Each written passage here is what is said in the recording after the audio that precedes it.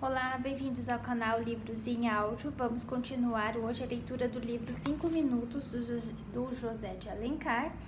Vamos ler o capítulo 4, tá? Se você gostou desse vídeo, dê um like, se inscreva no canal se você ainda não é inscrito e não esqueça de ativar as notificações, que é aquele sininho que fica ao lado do inscrever-se, para que você saiba quando eu postar um novo capítulo, para que não perca nada.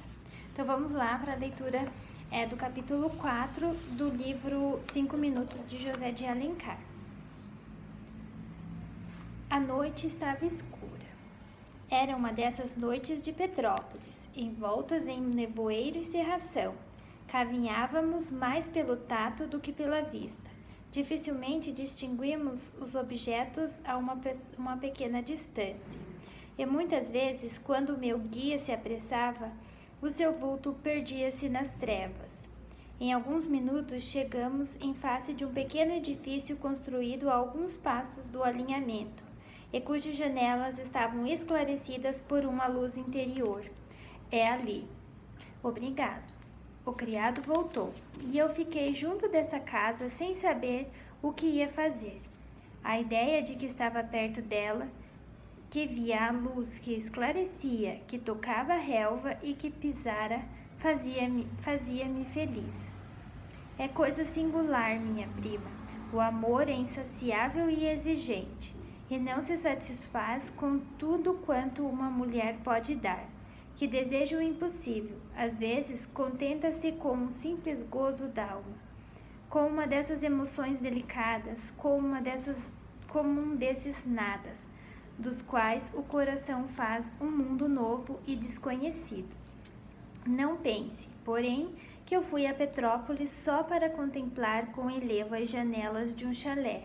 Não, ao passo que sentia esse prazer, refletia no meio de vê-la e de falar-lhe.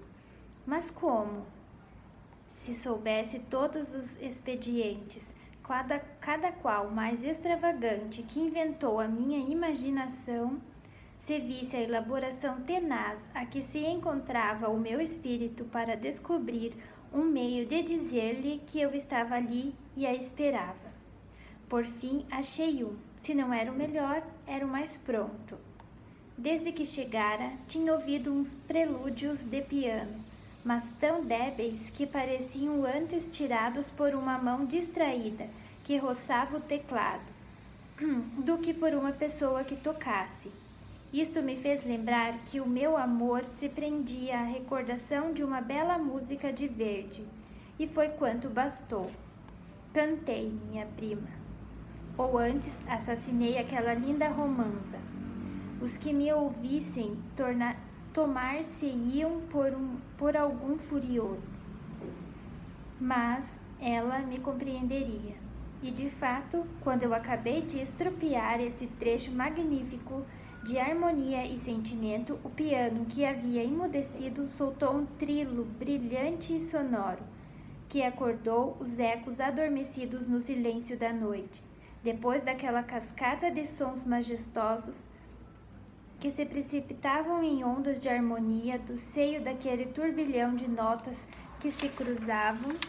Deslizou, plangente, suave e melancólica, uma voz que sentia e palpitava, exprimindo todo o amor que respira a melodia sublime de Verdi. Era ela que cantava. Oh, não posso pintar-lhe, minha prima, a expressão profundamente triste, a angústia de que ela repassou aquela frase de despedida. Não te escordar de mim. Adio. Partia minha alma. Apenas acabou de cantar, vi desenhar-se uma sombra em uma das janelas. Saltei a grade do jardim, mas as venezianas descidas não me permitiam ver o que se passava na sala. Sentei-me sobre uma pedra e esperei. Não se ria, dona. Estava resolvido a passar ali a noite ao relento, olhando para aquela casa e alimentando a esperança de que ela viria ao menos com uma palavra compensar o meu sacrifício. Não me enganei. Havia meia hora que a luz da sala tinha desaparecido e que toda a casa parecia dormir, quando se abriu uma das portas do jardim e eu vi antes, pressenti a sua sombra na sala. Recebeu-me com surpresa, sem temor, naturalmente, e como se eu fosse seu irmão ou seu marido. É porque o amor puro tem bastante delicadeza e bastante confiança para dispensar o falso beijo. O pudor de convenção de que às vezes costumam cercá-lo. Eu sabia que sempre havias de vir, disse-me ela. Oh, não me culpes, se soubesse.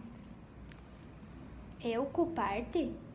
Quando mesmo não viesse, não tinha o direito de queixar-me. Por que não me amas? Pensas isto? Disse-me como uma voz cheia de lágrimas.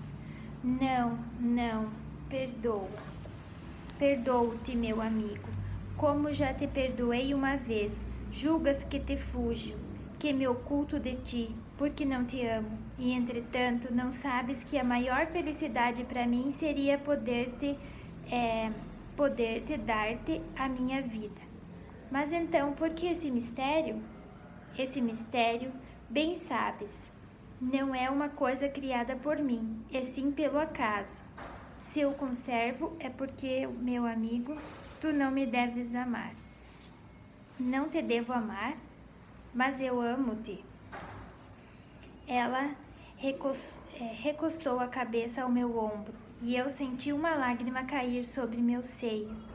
Estava tão perturbado, tão comovido dessa situação incompreensível que me senti vacilar e deixei-me cair sobre o sofá.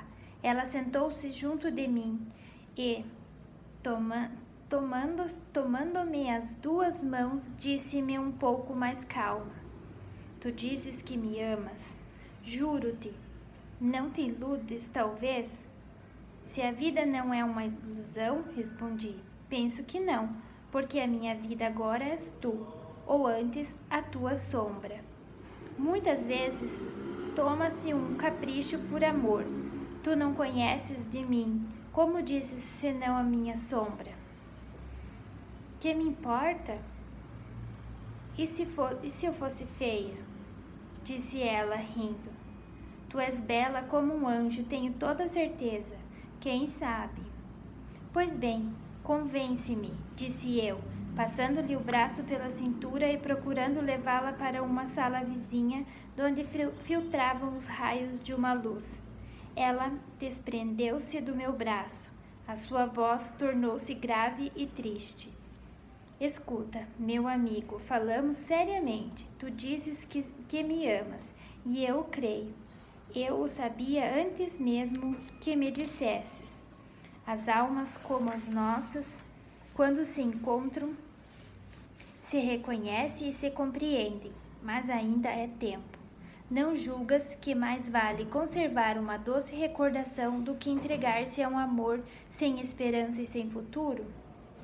Não, 1000 vezes não. Não entendo o que queres dizer. O meu amor não precisa de futuro e de esperança, porque o tem em si, porque viverá sempre. Eis o que eu temia. Entretanto, eu sabia que assim havia de conhecer. Quando se tem a tua alma, ama-se uma só vez. Então, por que exiges de mim um sacrifício que sabes ser impossível? Porque, disse ela, com exaltação, porque se há uma felicidade indefinível em duas almas que ligam a sua vida, que se confundem na mesma existência, que só têm um passado e um futuro para ambas, que desde a flor da idade até a velhice caminham juntas para o mesmo horizonte, partilhando os seus prazeres e as suas mágoas, revendo-se uma na outra até o momento em que batem as asas e vão abrigar-se no seio de Deus. Deve ser cruel, bem cruel, meu amigo, quando tem-se apenas encontrado uma dessas duas almas irmãs fugir deste mundo, e a outra, viúva e triste, foi condenada a levar sempre no seu seio uma ideia de morte. A trazer essa recordação que, como um crepe de luto, envolverá sua bela mocidade, a fazer do seu coração, cheio de vida e de amor, um túmulo para guardar as cinzas do passado. Deve ser horrível. A exaltação com que falava tinha se tornado uma espécie de delírio. A sua voz, sempre tão doce e aveludada, parecia alquebrada pelo cansaço da respiração. Ela caiu sobre o meu seio, agitando-se convulsivamente em um acesso de tosse. Então, assim chegamos ao final do 4º capítulo.